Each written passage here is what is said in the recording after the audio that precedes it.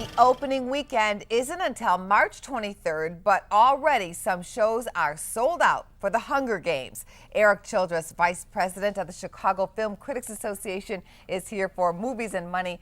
Why is this already being called a blockbuster, Eric? Because it has this sort of fan base, the sort of the Twilight-like fan base that, books, like women, girls, alike, have this book tucked under their arms all over the place. The word, for a better part of a year now, we've been getting press releases seeming like every week saying this person's been cast, this person's been cast. So everyone knows about this movie, and it's poised to be a huge hit for Lionsgate. Any chance it won't live up to the hype? Well, I mean, quality-wise, we'll see. I mean, I think they've got the right director behind it, Gary Ross, who did Pleasantville and Seabiscuit. So clearly they didn't just cheap this out to some unknown just to make a buck. So they have some pedigree behind it.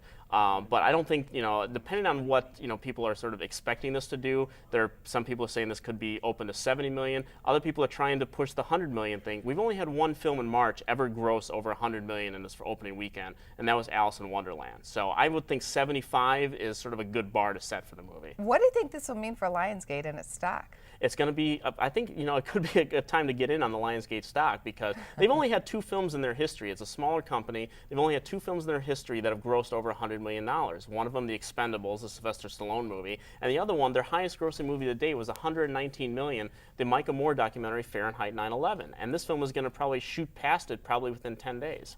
Interesting to get some stock advice from a movie critic. Yes. Keep that in mind, Absolutely. people. All right, let's talk about whether this movie will be too violent. Well, I mean, it's a violent story. It's about kids killing each other. Basically for food for their districts in the science fiction parable.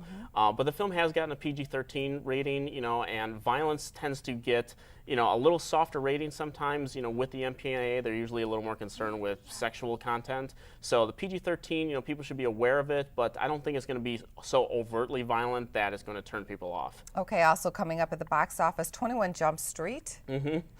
Okay. I think the film is not so great. I don't expect it to do huge numbers. It's definitely going to have some interest next week, but it's probably going to come in, maybe not number one. Well, it might come in number one actually. Based on the other films start dropping down, but I don't think it's going to be a huge monster. But definitely watch out for the Hunger Games. Watch out for the Hunger Games, and you got a lot of films coming out after that. You got Wrath of the Titans, you got Titanic in 3D, and you got American Reunion. All these films, they have good potential to break 100 million at the box office. And speaking of 100 million, we've already have a number on the list already. So The Vow, Safe House, and The Lorax will be at $100 million.